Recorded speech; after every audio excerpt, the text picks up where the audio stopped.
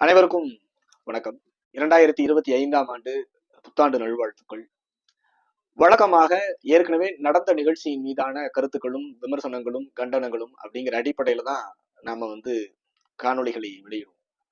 முதல் முறையாக எதிர்காலம் பற்றி பேச போறோம். அதிலும் குறிப்பாக தென் தமிழகத்தில் தேவேந்திரகுல வேளாளர்கள் பற்றி தான் இந்த வீடியோ. தேவேந்திரகுல வேளாளர்களுக்கு சமூக ரீதியான கருத்துக்களை சொல்லணும்னா வரலாற்று ரீதியாக, பண்பாட்டு ரீதியாக, பாரம்பரியம் ரீதியாக சடங்குகள், அவர்களுடைய வாழ்வியல் அது அப்படியே தொடருது. அவர்களுடைய அடையாளங்கள் எல்லாம் இருக்கு. ஆனால் இன்னொரு போர்ஷன் இருக்கு இல்லையா, அதிகாரம், அது எப்படி இருக்கு அப்படின்னு பேசிட்டாலே அது எங்க கொண்டு வந்து நிற்கும் அப்படின்னா அரசியல் அப்படின்னு. ஏன்னா அரசியல் என்பதுதான் ஒருவரின் அதிகாரம், ஒரு சமூகத்தினுடைய அதிகாரம். அதிகாரத்தில் தேவேந்திரகுல வேளாளர்களின் கடந்த கால படிப்பினர்களும் எதிர்கால திட்டமிடலும் என்னவா இருக்கணும், என்னவெல்லாம் பிரச்சனை இருக்கு, யாரெல்லாம் தடையா இருக்கிறாங்க, எதனால நாம இழந்த அடையாளங்களை மீட்க முடியல, அப்ப நம்மள்ட்ட என்ன பிரச்சனை இருக்கு அப்படிங்கிற ஒரு டிஸ்கஷன் தான் இந்த வீடியோ. இந்த வீடியோ கொஞ்சம் நீளமா இருந்தாலும் தேவேந்திரகுல வேளாளர்களை நீங்கள் தயவு செய்து இதை முழுசா பாருங்க. அதிகாரம் அப்படின்னா என்னவா இருந்தது கடந்த காலங்கள்லாம்? உடலில் வலு உள்ளவர்கள் யாரு இடத்தை புடுங்கணுமோ இல்ல யாரை வீழ்த்தணுமோ அவங்களை போய் நேர படை கட்டி அடிச்சு வீழ்த்தி அதை அபகரிச்சு அவர்களுடைய உடைமைகள் எல்லாத்தையும் அபகரிச்சு தங்களுடைய குடியை நாட்டி அது எங்களோடது இன்னையில இருந்து அப்படின்னு இது பண்ணிட்டாங்க. பட் ஜனநாயக ரீதியான கட்டமைப்பு வந்த பிறகு, ஜனநாயக பூர்வமான அமைப்புகள் இங்க உருவான பிறகு இருக்கக்கூடிய ஒரே வாய்ப்பு தேர்தல் அரசியல் தான். அதிகாரத்தை பெறுவதற்கு இருக்கக்கூடிய வாய்ப்பு தேர்தல் அரசியல் தான். அப்படி பார்க்கும் பொழுது தேவேந்திரகுல வேளாளர்களினுடைய தேர்தல் அரசியல் என்பது இந்த ஜனநாயக கட்டமைப்பு, அதாவது சுதந்திரம் பெற்ற பிறகு எப்படி இருந்ததுன்னா, தென் தமிழகத்தை பொறுத்தளவு, குறிப்பாக மற்ற தமிழ்நாடு முழுவதும் தேவேந்திரகுல வேளாளர்கள் பரவி வாழ்ந்தாலும் கூட தேர்தலுக்கு பிந்தைய தேர்தல் அரசியலில் தென் தமிழகத்தை அடிப்படையாக கொண்டுதான் தேவேந்திரகுல வேளாளருடைய அதிகாரத்தையும் அரசியலையும் நாம பேச முடியும். அது அங்க பேசணும்னா அங்க அந்த அந்த வைப்ரேஷன் தான் தமிழ்நாடு முழுவதும் இருக்கும். அப்ப எப்படி இருக்குதுன்னா, ஆண்டான் அடிமை கட்டமைப்புல உடல் வலுத்தவங்க, அதாவது பாண்டியர்கள் அப்படிங்கிறது ஒரு பெரிய கட்டமைப்பெல்லாம் இருந்தது. நில உடைமையாளர்களாக தேவேந்திரகுல வேளாளர் இருந்தார்கள்.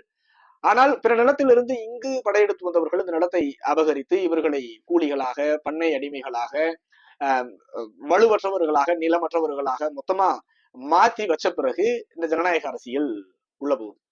அப்ப இந்த ஜனநாயக அரசியல் வரும் பொழுதே இவங்க என்னவா இருக்கிறாங்கன்னா, பெரிய அளவுக்கு விழிப்புணர்வு இல்லாத வெந்த சோறு விதி வந்தா சாவுங்கிற கட்டமைப்புல இந்த சமூகம் இருக்கு. அப்படி இருக்கும் பொழுது ஏற்கனவே இவர்களை அடக்கி ஒடுக்கி வைத்திருந்த சமூகங்களுக்கு அந்த கட்டமைப்பும் பெரிய அளவுக்கு அவர்களுக்கு தான் சாதகமா போயிடுச்சு. ஏன்னா சண்டை போடுற இடத்துல இருந்து அதிகாரத்தை, ஆட்சியை, நிலங்களை பறி கொடுத்து ஏதுமற்றவர்களாக, ஏதிலிகளாக ஆன பிறகு ஜனநாயக அரசியல் அவர்கள் எப்படி சோபிக்க முடியும்? அந்த ஐகானிக் எப்படி வரும்? அந்த கரிஸ்மேட்டிக் லுக் எப்படி வரும்? ஃபர்ஸ்ட் இதை புரிஞ்சுக்கிறதுக்கே அவங்களுக்கு பெரிய சிக்கல். அப்படி இருக்கும் பொழுது இவர்கள் தேர்தலுக்கு பிந்தையும் கூட இந்தியா முழுவதும் சுதந்திரம் அடைந்தாலும் கூட நாட் ஒன்லி தேவேந்திரகுல வேளாளர்ஸ், பொதுவாகவே அந்த மாதிரி நிலங்களை பறித்து ஒடுக்கப்பட்ட விவசாய குடிகள் இந்தியா முழுவதுமே அப்படிதான். குறிப்பாக தமிழ்நாட்டில் தென் தமிழகத்திலிருந்து தான் விவசாய குடிகளுடைய வரலாறு பரவுதுங்கிறதுனால தாய் குடிகளாக இவர்கள் தென் தமிழகத்தில் அடிமைகளாக்கப்பட்டு விட்டார். அப்ப ஏதுமற்ற ஏதிலிகளாக இருந்த பொழுது இந்த ஜனநாயக அரசியல் தங்களால் எந்த விதமான சண்டையும் இட முடியல. அப்ப அந்த வலுத்தவர்கள் தான் மேலும் மேலும் அதிகார பலமிக்கவர்களாக ஆகுறாங்க, அல்லது அதிகாரத்தில் இருப்பவர்களுக்கு துணையாக இருந்து தங்களுடைய அதிகாரத்தை காப்பாத்திக்கிறாங்க. ஆனால் அவர்களுடைய நிலை மாறுது, ஏறுது, எல்லாம் நடக்குது. பட் இவங்க அப்படியே இருக்காங்க. இது 1995ஆம் ஆண்டு கொடியன்குளம் சம்பவம் வரைக்குமே அந்த ஆண்டான் அடிமை கலாச்சாரத்திற்கு ஆட்பட்டு எதுவும் நம்மளால திருப்பி செய்ய முடியாது. காவல்துறையோ அதிகாரத்தில் இருப்பவர்களோ நம்மளை அடிச்சாங்கன்னா நம்ம வாங்கிட்டு தான் இருக்கணும், அதுதான் விதி அப்படின்னு இருந்தது. அதற்கு முன்பு அதுக்கான நிறைய சாட்சிகளும் சான்றுகளும் இருக்கு. அப்படி இருந்த சூழல்ல தலைவர் டாக்டர் ஐயா அவர்கள் தேவேந்திரகுல வேளாளர் கூட்டமைப்பு 1993 உருவாக்கப்பட்ட அந்த கூட்டமைப்பினுடைய தலைவராக கொடியன்குளம் சம்பவத்தில் காலடி எடுத்து வைக்கிறாரு.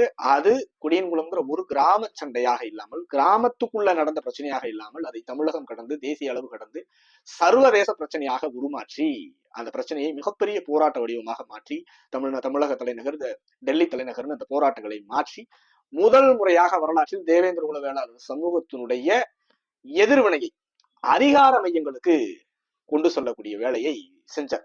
என்ன பிரச்சனையோ பிரச்சனையினுடைய கருவை சரியா பிடிச்சு அங்கிருந்து அதனுடைய விளைவாக 1996 சட்டமன்ற உறுப்பினராக உலக வரலாற்றிலேயே ஒரு தனிப்பட்ட சமூக அடையாளத்தோடு அதன் பின்னணியோடு ஒரு தொகுதியினுடைய சட்டமன்ற உறுப்பினர் என்கிற நிலையை அடைகிறாரு. அதுதான் தேவேந்திர குல வேளாளர்களுடைய முதல் அரசியல் அதிகாரம்.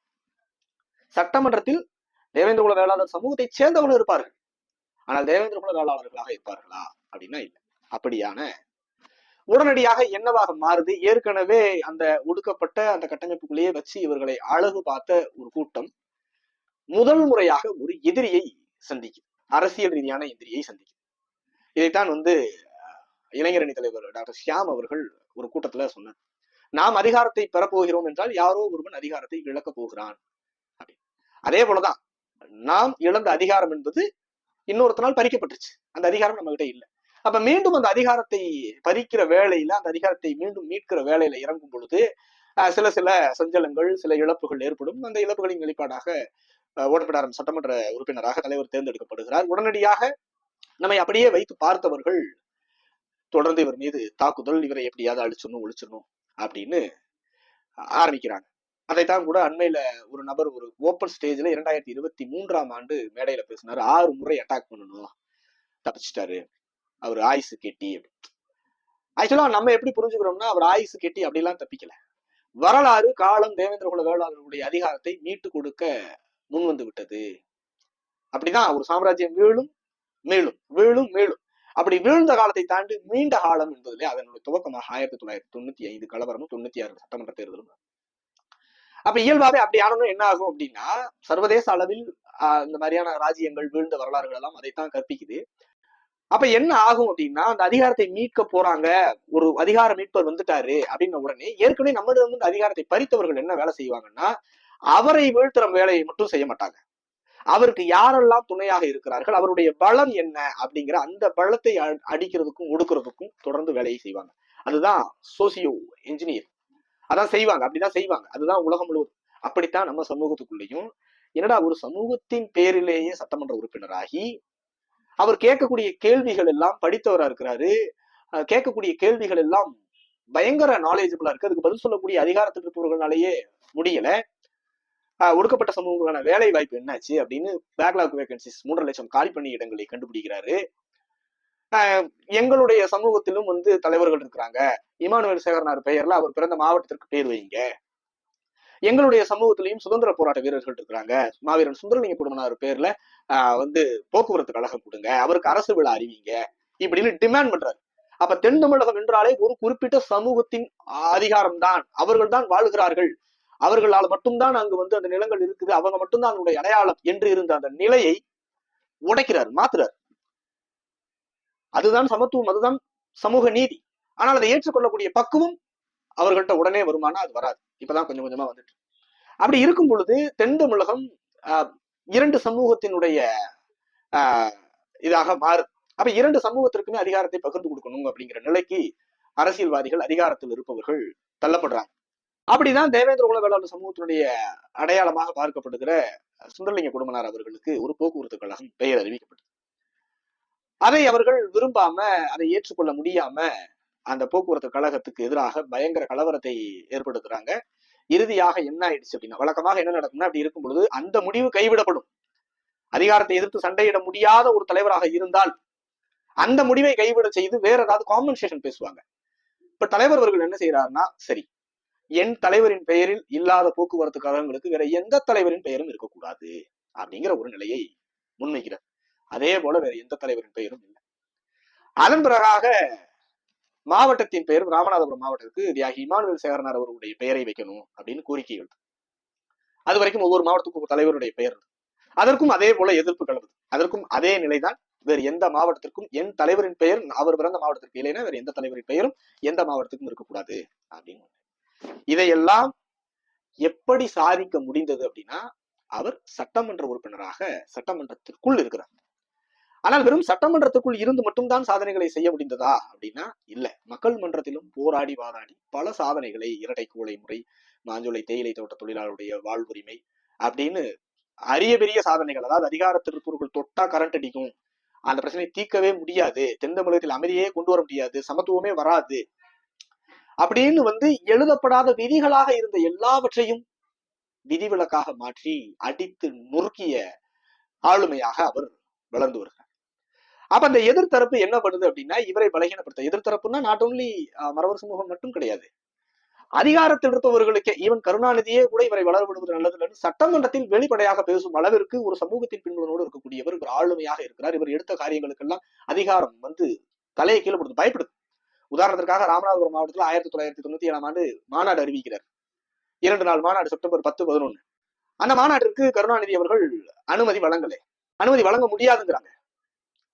சட்டமன்ற உறுப்பினர் ஆயிட்டாரு, நாளைக்கு இந்த மாநாடு அப்படின்னா அந்த சமூகம் ஒட்டுமொத்தமா, ஏன்னா தேவேந்திர குல சமூகத்தை பொறுத்தளவு தென் தமிழகத்தை பொறுத்தளவு எண்ணிக்கை பெரும்பான்மையான சமூகம். தென் தமிழகத்தை கணக்கெடுத்து பார்த்தோம்னா தேவேந்திர குல வேளாளர் தான் நம்பர் 1 எண்ணிக்கையில் இருக்கணும். அந்த அளவுக்கு எண்ணிக்கை பெரும்பான்மையினோட சமூகத்தினுடைய பிரதிநிதி வளர்ந்து வர்றது நல்லது இல்ல, ஏன்னா அந்த சமூகத்துக்கு அந்த புரிதல் இல்லாம இருக்குது, அந்த புரிதலை இவர் ஊட்டுகிறார் அப்படின்னு கருணாநிதி அந்த மாநாட்டுக்கு அனுமதி கொடுக்கல. உடனடியாக அந்த சிங்க தலைவன் சொன்ன வார்த்தை என்ன தெரியுமா? புதிய தமிழகம் கட்சி நடத்தக்கூடிய மாநாட்டிற்கு அனுமதி இல்லை என்றால் சில தினங்களுக்கு பிறகாக திருநெல்வேலியில் நடக்கவிருக்கும் திமுகவினுடைய மாநாடு நடக்காது, கற்பனை செய்து பார்க்க முடியுமா? ஆனால் அந்த மாதிரி எச்சரிக்கை விடுத்து மிரட்டி அந்த அனுமதியை வாங்கி அந்த மாநாடு நடத்தினார். இதுவெல்லாம் அதிகாரத்தை தன்னிடம் பணிய வைக்கக்கூடிய அந்த ஆளுமை, அதெல்லாம் எப்படி சாத்தியமாச்சு? சிங்க பெண் என்றும் அம்மையார் ஜெயலலிதா அவர்கள் முன்பு நின்று பேசுவதற்கு அந்த கட்சிக்காரர்களை அஞ்சி நடுங்குவார்கள். எதிர்கட்சிக்காரர்களே அவர்களை ஒரு மாதிரி தான் ஹேண்டில் பண்ண முடியும். அப்பேற்பட்ட ஒரு டெரிபிக்கலா இருந்த ஒரு நபர், அவரை எதிர்த்து அவர் 1995 குடியன்குளம் சம்பவத்திற்கு பிறகு அந்த ஊர்களுக்கு சுற்றுப்பயணம் வரும் பொழுது மக்களுக்கு அன்பு கட்டளை இடுகிறார் தலைவர், அவர்களுக்கு எதிர்ப்பு தெரிவிக்கணும், கருப்பு கொடி காட்டணும். ஆனால் மக்கள் செய்தது என்ன தெரியுமா? அவரை வாகனத்தை விட்டு தரையில் இறங்க கூட விடல, அப்படியே திருப்பி அனுப்பிட்டாங்க. அதெல்லாம் கற்பனையில் தான் செஞ்சு பார்க்க முடியும் அந்த காலகட்டத்துல. அதையெல்லாம் நிகழ்த்தி காட்டக்கூடிய வல்லமையையும் ஆளுமையும் அந்த வெற்றிகள் எல்லாம் எப்படி தேவேந்திர குல வேளாளர் சமூகத்திற்கு கிடைத்தது அப்படின்னா, மக்கள் தங்களுடைய ஒடுக்குமுறைக்கு எதிராக, தங்கள் படுகிற இன்னலுக்கு எதிராக ஒரு புள்ளியில் சிவப்பு பச்சை என்கிற ஒரு கொடியை பிடித்துக் கொண்டு டாக்டர் ஐயா என்கிற ஒரு தலைவரின் பின்னால் புதிய தமிழகம் கட்சி என்கிற ஒரு அடையாளத்தில் அணிதிரண்டதின் விளைவாக அதுவெல்லாம் சாத்தியப்படுத்தப்பட்டது. ஆனால் காலப்போக்கில் என்னவாச்சுன்னா, அந்த அதிகாரத்தில் இருப்பவர்கள், நம்முடைய வளர்ச்சியை விரும்பாதவர்கள் உள்ள புகுந்து கொஞ்சம் கொஞ்சமா வேலையை செஞ்சு சில அள்ளு சில்லுகளை உருவாக்கி சிலருக்கு ஆசை வார்த்தைகளை, போதை வார்த்தைகளை சொல்லி அவர்களுக்கு 5 10 கொடுத்து கொஞ்சம் கொஞ்சமா இதை டைல்யூட் பண்ணுவாங்க. இதுதான் சர்வதேச அளவில் நடக்கும். ஒரு அதிகாரத்தை வீழ்த்தணும்னா அப்படியே டக்குனு ராஜராஜ சோழனை வீழ்த்தி இருக்க முடியாது, டக்குனு மாரவரம் சுந்தரபாண்டியனை வீழ்த்தி இருக்க முடியாது. மெல்ல மெல்லமா அவர்கள் உறவினர்கள்ட்ட, ஏன் அவர் மட்டும்தான் ஆட்சியில் இருக்கணுமா, நீ சொந்தக்காரன் தானே, இந்த அதிகாரத்திற்கு பங்குதாரர் தானே, நீயும் பங்காளி தானே, இப்படின்னு கெட்ட எண்ணங்களை உள்ளுக்குள்ள இருக்கிறவங்களுக்கே விதைச்சு அந்த அதிகாரத்தை சிதைச்சு அந்த அதிகாரத்தை மொத்தமா கபலீகரம் செய்யும் வரை அவருடைய வேலை தொடர்ந்து நடந்துகிட்டே இருக்கும். இறுதியாக என்னவாகும்னா அவர்களுக்குள் சண்டை போட விட்டுட்டு அந்த அதிகாரத்தை லாபகமாக வேற ஒருவர் கைப்பற்றுவார். இதுதான் யதார்த்தம். அப்படித்தான் தென் தமிழகத்தில் தேவேந்திர குல வேளாளருடைய வளர்ச்சியை ஒடுக்குவதற்கும் தடுப்பதற்கும் உள்ளுக்குள்ளேயே சிலரை கொம்பு சீவி விட்டு தப்பு தப்பான நாம் பேசக்கூடியதற்கு நேர் எதிர்கருத்துக்களை பேசி நம் மீது விமர்சனங்களை அள்ளி தெளித்து இவரை பலகீனப்படுத்தி, சமூகத்தின் பலம்தான் அது, இவர் பலமாகுவது என்பது சமூகம் பலமாகுதுன்னு அர்த்தம். அப்ப இவரை பலவீனப்படுத்துவதன் மூலமாக சமூகத்தை பலகீனப்படுத்தலாம் அப்படின்னு தொடர் வேலைகளின் மூலமாக பல நபர்களை உருவாக்கி தொடர்ந்து அது நடந்துகிட்டே இருக்கு. அதற்கு பிறகான வரலாறுகள் எல்லாருக்கும் தெரியும். தேர்தலும் எப்படி இருக்கு. அப்ப தேர்தல் அரசியலிலும் இந்த அள்ளு செல்லுகளை அப்படியே அவர்களை ஒரு பெரிய ஆட்களாக அவங்களே இது பண்ணிட்டு அவர்களுக்கு ஒரு அட்டென்ஷன் கொடுக்கறத போல அப்படி இப்படியே செய்வாங்க. அது அவர்களுக்கு கொடுக்கக்கூடிய மரியாதை அல்ல, இந்த சமூகத்தை பலகீனப்படுத்துவதற்கு அவர்கள் செய்யக்கூடிய ராஜதந்திரம். அந்த அடிப்படையில விட்டு விட்டு விட்டு இன்னைக்கு ஒரு 100க்கும் மேற்பட்ட தலைவர்கள் உருவாகி இருக்கிறாங்க. கடந்த தேர்தல்கள் எல்லாத்தையும் விட நிறைய தேர்தல்கள் இருக்கு, அது பேசணும் ரொம்ப நீண்ட நெடிய நேரம் பேச வேண்டியது இருக்கும். அது நடந்த துரோகங்கள் எல்லாம் நம்ம பேச வேண்டாம், கடந்த காலங்களாக இருக்கும். ஆனால் கடந்த 2024 ஆண்டு நாடாளுமன்ற தேர்தல் மிக முக்கியமாக என்னால் பார்க்கப்பட்டுச்சு. நான் அதை ரொம்ப கூர்ந்து கவனிச்சு, மற்ற தேர்தல்களில் எல்லாம் பொதுவாக சிவப்பு பச்சை கொடி என்பது புதிய தமிழ் கட்சி கொடி இல்லை, இது சாதி கொடி அப்படின்னு பேசி ஒரு 10 பேர் வருவான். அப்படி இப்படின்னு ஏதாவது ஒண்ணு குழப்பங்களை ஏற்படுத்தி என்ன பண்ணுவாங்கன்னா, நம்ம சிறு சிறு அமைப்புகள் எல்லாத்தையும் டைவர்ட் பண்ணி அங்க 4 பேர், இங்க 2 பேர், இங்க 3 பேரு, இங்க 10 பேருன்னு கொஞ்சம் கொஞ்சம் சிறு சிறு தொகைகளை கொடுத்து ஏதாவது ஒண்ணு பண்ணி அப்படியே கன்ஃபியூஸ் பண்ணுவாங்க. பட் அந்த கன்ஃபியூஷனுக்கெல்லாம் இடம் கொடுக்காம கடந்த 2024 ஆண்டு தேர்தல்ல பெரும்பாலான தேவேந்திர குல வேளாளர் சமூகத்திற்குரிய இயக்கங்கள், சிறு சிறு அமைப்புகள் எல்லாம் ஒரே முகமாக தேவேந்திர குல வேளாளர் சமூகத்தினுடைய வெற்றி தலைவர் டாக்டர் ஐயா அவர்களினுடைய வெற்றிகள் தான் அடங்கி இருக்குங்கிறத புரிஞ்சுக்கிட்டு அணிதிரண்டாங்க. ஒரு புள்ளியில் அணிதிரண்டு ஆதரவு தெரிவிச்சாங்க. அதை எப்படி கெடுத்தாங்க, தடுத்தாங்க, அந்த தோல்வி எப்படி நடந்துச்சுங்கிறது நான் சொல்லி தெரிய வேண்டியதில்லை. அது உங்களுடைய பார்வைக்கு விட்டுறேன். ஆனால் இந்த புள்ளிகள் நாம் இப்பொழுது பார்க்க வேண்டியது மிக முக்கியமானது. அப்படி ஒரு சமூகமே ஒண்ணு சேர்ந்து ஒரு தலைவரை வெல்ல வைக்கணும் அப்படின்னு ஒரு புள்ளியில இணைந்ததுக்கு அப்புறம் எப்படி தோல்வி உறுகிறார் அப்படின்னு ஒரு பகுதி நம் புறம் இருந்தே உருவாக்கப்பட்ட, நம்ம புறம் இருந்தே வந்த வினைன்னு வச்சுப்போம். ஆனால் மறுபுறத்தில் இவர் வெற்றி அடைவதற்கான வாய்ப்புகள் பிரகாசமா இருக்கு.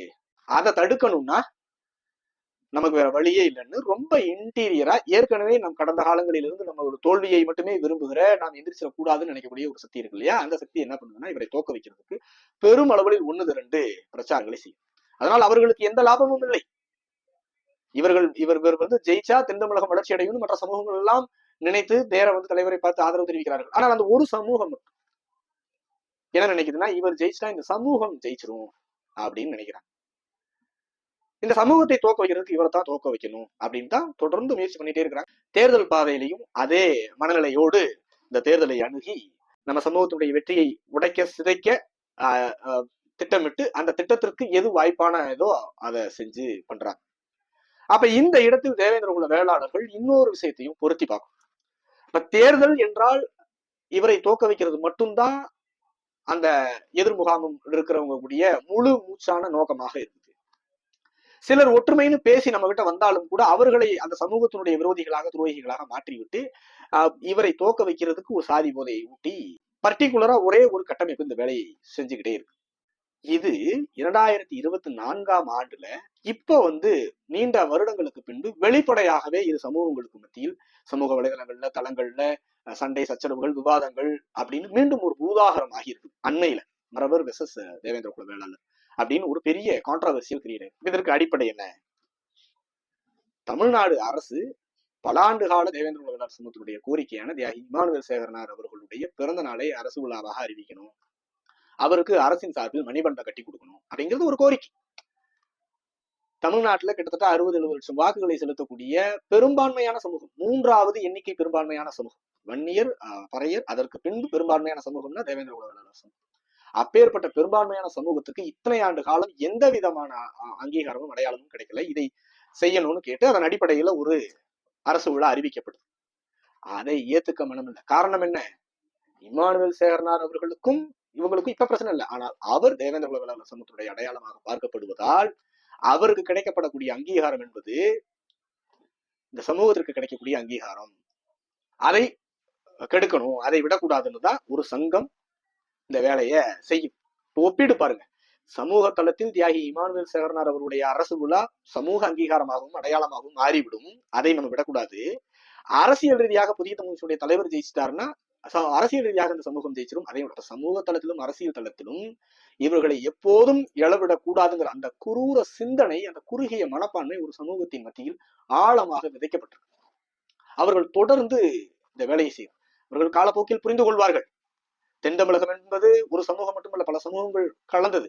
அப்ப எல்லா சமூகங்களும் வளரும் பொழுதுதான் தென் தமிழகத்துடைய வளர்ச்சி வரும். அந்த வளர்ச்சியில் தான் அவர்களுடைய பிள்ளைகளும் வளர முடியும். இல்லைன்னா வந்து இந்த மாதிரி கொலை வழக்குகள்ல, குற்ற வழக்குகளில் ஈடுபட்டு அந்த குடும்பம் சீரழிஞ்சு சிமெண்ட் சீட்டு போட்ட வீட்டுல பெத்த தாய், வயதான தாயும் கூட பிறந்த தங்கையும் உழைச்சு கழிச்சு அந்த காசுல கேஸ் பார்க்கக்கூடிய அளவுக்கு வறுமை இருக்குது. அதையெல்லாம் விட்டுருவான். அதையெல்லாம் சொல்ல மாட்டாங்க வர்றவங்க. சாதி போதையை மட்டும்தான் சிலரின் வயிறும் உயிர் வளர்ப்பதற்காக அந்த சமூகத்தில் சிலர் இளைஞர்களுக்கு ஊற்றிவிட்டு அவர்களை குற்றப்பின்னணி உள்ளவர்களாக மாற்றி அவர்களை பின்னால் இழுக்கிறாங்க. அந்த மனநிலையோடு இருக்கக்கூடியவர்கள் நம்மை அங்கீகரிக்க, ஏற்றுக்கொள்ள அரசியல் ரீதியாக, சமூக ரீதியாக 2 ஐகான், ஒரு இமானுவேல் சேகரன், ஒன்று தலைவர் டாக்டர் ஐயா அப்படின்னு இவர்களுடைய அந்த அங்கீகாரத்தை ஏற்க மனமில்லாமல் செய்கிறார். அதற்கு இரையாகக்கூடிய இங்க இருக்கக்கூடிய அந்த பல்வேறு சிறு சிறு இயக்கங்கள், அமைப்புகள் உருவாக்கி இருக்கிறோம். அதுல பலரும் வந்து புதிய மனுஷனுடைய ஒன்றிய அளவு, மாவட்ட அளவிலான பொறுப்பாளர்களாக கடந்த காலங்களில் இருந்திருக்கிறாங்க. ஏதோ சில மனதிலால அப்படி இப்படின்னு சொல்லி வெளியில போயிருக்கிறாங்க.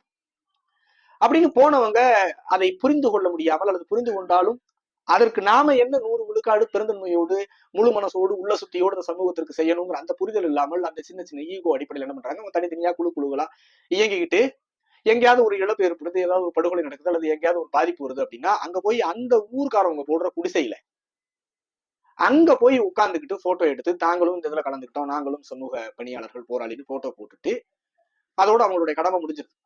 ஒருத்தன் இறந்துடுறான், அடிச்சு கொல்லப்படுறான், ஏதோ ஒரு வழியில் உயிரிழப்பு ஏற்படுது. அவனுடைய வீட்டுல அந்த ஊர் சார்பா செலவு பண்ணி போட்டிருக்கக்கூடிய ஒரு பந்தல்ல போய் அந்த கட்டின மைக்ல போய் உட்கார்ந்துக்கிட்டு, நாங்கெல்லாம் யார் தெரியுமா, சேர சோழ பாண்டியர்கள், நாங்கெல்லாம் சாதாரண ஆள் கிடையாது, உயிரிழப்பிற்கும் உலகை ஆண்ட வரலாறுக்கும் என்ன தொடர்பு? அப்ப அவர்களுடைய இயலாமை, அவர்களுக்கு தெரிந்தது அவ்வளவுதான். ஒருத்தருக்கு வரலாறு தெரியுது, ஒருத்தருக்கு பாரம்பரியம் தெரியுது, ஒருத்தருக்கு பண்பாடு தெரியுது, ஒருத்தருக்கு அரசியல் தெரியுது, ஒருத்தர் போராளியாக இருக்கிறார். வெவ்வேறு தளங்களில் உண்மையாகவே எல்லோரும் ஒரு ஆளுமையாக இருக்கிறாங்க. எல்லாருக்கும் அந்த ஒரு நல்ல இது இருக்கு, அந்த ஒரு வேல்யூவான இடத்துல இருக்கிறாங்க. ஆனால் இதுவெல்லாம் ஒருங்கிணைந்து இருந்தாதானே பலம். ஒரு எழுத்தாளர், ஒரு சிந்தனையாளர், ஒரு பேச்சாளர், ஒரு போராளி, எல்லா தளங்களும் இணைந்தது தானே ஒரு சமூக வளர்ச்சி, அரசியல் வளர்ச்சி, எல்லாமே ஒரு சமூகத்துக்கு அப்படித்தானே கொண்டு வரும். அப்ப சின்னதா இறகு முளைச்ச உடனே சின்னதா ஆமா ஆஹா நம்ம தனியா சிந்திக்க ஆரம்பிச்சிட்டோம் அப்படின்னு உடனே கிடுதுன்னு பறந்து போயிருது, விட்டுட்டு ஓடிடுறது. அப்படின்னா எண்ணிக்கைகள் அதிகமாகும் பொழுது என்னவா? அதிகாரங்கள் வீழ்ந்ததும் இதே கதைதான். தற்பொழுது அதிகாரம் கிடைக்காமல் இருப்பதற்கு காரணம் அதேதான். அப்ப இதை எப்படி மாத்த போறோம்? சண்டை தான், சண்டை நடந்துகிட்டே தான் இருக்கு. தென் தமிழகத்தை பொறுத்தளவு சண்டை தான் நடந்துகிட்டே தான் இருக்கு. அப்ப பிசிக்கலா இருந்தது, அது இன்னைக்கு மாறி அரசியலா இருக்கு. அப்ப பிசிக்கலா இருக்கக்கூடிய சண்டை முடிஞ்சு அரசியலா சண்டை வரும் பொழுது எல்லாவற்றிற்கும் தயாராக இருந்தால் தானே அதை வெல்ல முடியும். அப்ப ஒருத்தரோடு உட்கார்ந்து பேசணும்னா கூட அவங்க இடத்துக்கு வந்தாதானே பேச முடியும், கீழே இருந்துட்டு பேச முடியாது. ஒரு ஈக்குவல் பொசிஷனுக்கு வந்துட்டு தான் பேச முடியும். ஏன் இப்படி பண்றீங்க என்ன, அந்த இடத்துக்கும் கூட அதிகாரத்தை அப்படி கூட வேண்டாம். சமூக நீதி அந்த கதையெல்லாம் பேச வேண்டாம். தென் தமிழகத்தில் பெரும்பான்மை சமூகம், தமிழகத்தில் எண்ணிக்கை பெரும்பான்மை சமூகம், நமது அதிகாரம் எங்கே, நமக்கான அடையாளம் எங்கே, அங்கீகாரம் எங்கே? இன்னும் மனு கொடுத்துக்கிட்டும், இன்னும் நம்ம போராடிக்கிட்டும், இன்னும் மீதிகள் இறங்கி போராடி கொண்டு 100 சின்ன சின்ன இயக்கங்கள் ஒரு இடத்தில் போய் அவங்க வீட்டுல போய் உட்காந்து தான் மாரடிக்குதுன்னு சொல்லுவாங்க பழைய காலத்துல. அப்படி அடிச்சு இந்த சமூகத்தினுடைய போராட்ட குணத்தை மழுங்கடிப்பதற்கு பதிலாக, அவர்களுடைய கோபத்தை மட்டுப்படுத்துவதற்கு பதிலாக, ஒருவேளை 100 இயக்கங்களும் 100 இடத்தில் 1000 பேரை திரட்டி போராடுனா அது ஒரு வைப்ரேஷன். அதை அவங்களால செய்ய முடியாது. அவர்களே தெரியும், அவர்களுக்கே அந்த அவர்களுடைய இயலாமை தெரியும், அவருடைய எல்லை என்னென்று தெரியும். தனித்தனி நபர்களாக பார்க்கும் பொழுது எல்லோருமே ஒவ்வொரு தளத்தில் நல்ல ஒரு வேல்யூவான ஆட்கள் தான். ஆனால் தங்களை தலைவர்களாக எண்ணிக்கொண்டு ஆகும் பொழுது என்ன ஆகுதுன்னா பலம் பலகீனமாகுது. அப்ப ஒட்டுமொத்த சிந்தனையாளர்களும், ஒட்டுமொத்த போராளிகளும், ஒட்டுமொத்த அறிவுஜீவிகளும் ஒரு இடத்தில் ஒரு எதிர்பார்ப்பு இல்லாமல் ஒருங்கிணைந்து அந்த அதிகாரத்தை மீட்க களத்தில் நின்னோம்னா இந்த வெற்றி ரொம்ப எளிதாயிடும். கண்ணு முன்னால சொல்றாங்க எங்கள்கிட்ட 50 கோடி இருக்கு, 100 கோடி இருக்கு. ஆனால் தமிழகத்தில் முதல் நாணய சங்கத்தை உருவாக்கியது தேவேந்திர குல வேளாளர் சமூகம். 1800 சில்லறைகளிலேயே கோயம்புத்தூர்ல எல்லாம் பல்லபாளையங்கிற ஒரு ஊர்ல நாணய சங்கம். 1920களில் தேக்கம்பட்டியார் ஐயா பாலசுந்தரராஜர் அவர்கள் தேனி மாவட்டத்துல தேவேந்திர குல இளைஞர் சங்கம், மகாஜன சங்கம் நடத்தி மாநாடு நடத்துறாரு. அப்ப 100 ஆண்டுகளுக்கு முன்பு என்ன மாதிரியான இடத்தில் இருந்த சமூகம், அந்த ஒண்ணு மட்டும் சொல்றேங்க. அந்த கோயம்புத்தூர்ல இருக்கக்கூடிய பல்லபாளையத்தினுடைய அந்த இளைஞர் சங்கத்தினுடைய முதல் அந்த பயில எழுதுவாங்க இல்லையா, அந்த சங்கத்துல அந்த முதல் இது என்னன்னா, இந்த ஊர் இளைஞர்கள் நம் சமூகத்தினுடைய பெரியோர்களை ஏதாவது இகழ்ந்து பேசிவிட்டால் அந்த குடும்பத்தின் சார்பாக அரையனாவ ஏதோ சங்கத்துக்கு அபராதம் கட்டணும் அப்படிங்கிறது விதி. அப்ப சமூக ஒழுக்கம் எந்த எல்லையில இருந்து பாருங்க. இன்னைக்கு அதே பல்லபாளையத்துல செம்மண்ணுல செலவைக்கிறதுக்கு துப்பு இல்லை. ஆனால் எங்கோ இருந்து இங்க ஒரு சமூகம், பேரு பல்லபாளையம், ஆனால் அங்கு அடையாளம் என்னவோ நேர் எதிர் திசையில் மாறி. அப்ப யாருகிட்ட இருக்கக்கூடிய பலகீனம்?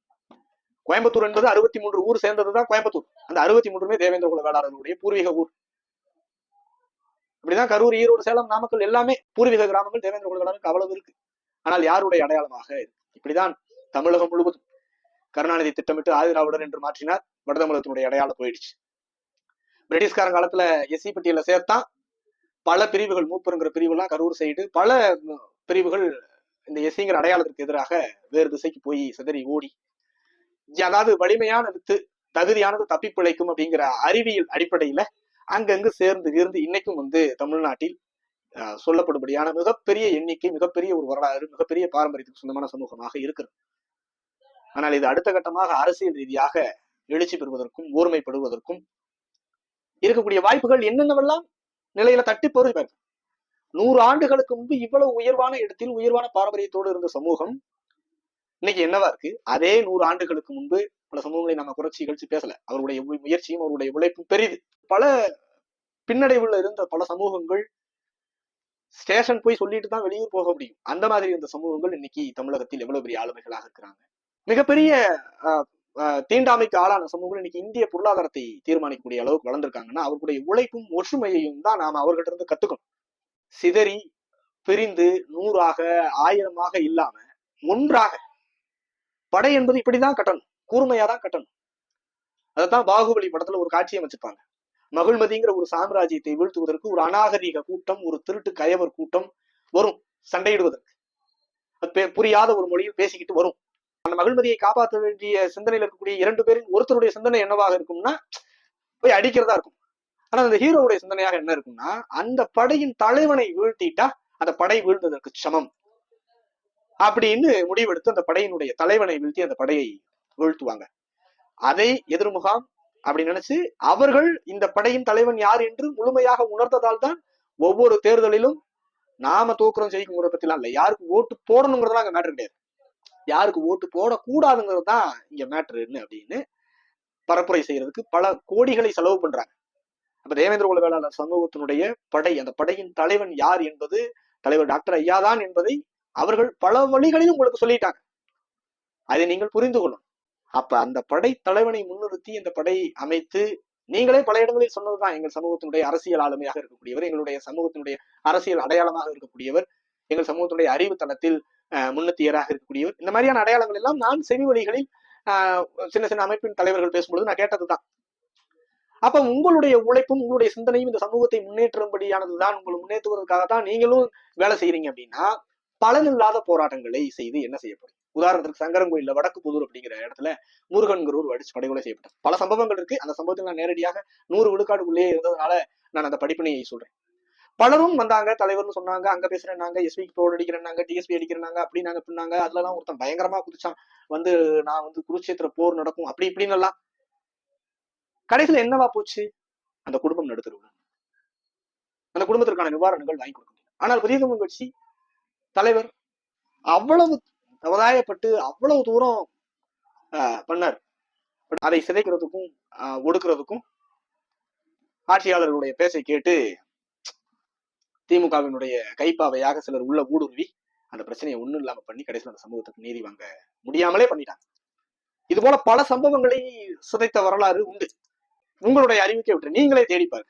அப்ப ஒரு பெரும் படை கட்டி போராட வேண்டிய சம்பவத்திற்கு சிறு சிறு குழுக்களாக போய் முட்டி மூக்க உடைச்சுக்கிறது தானே நடக்கும்.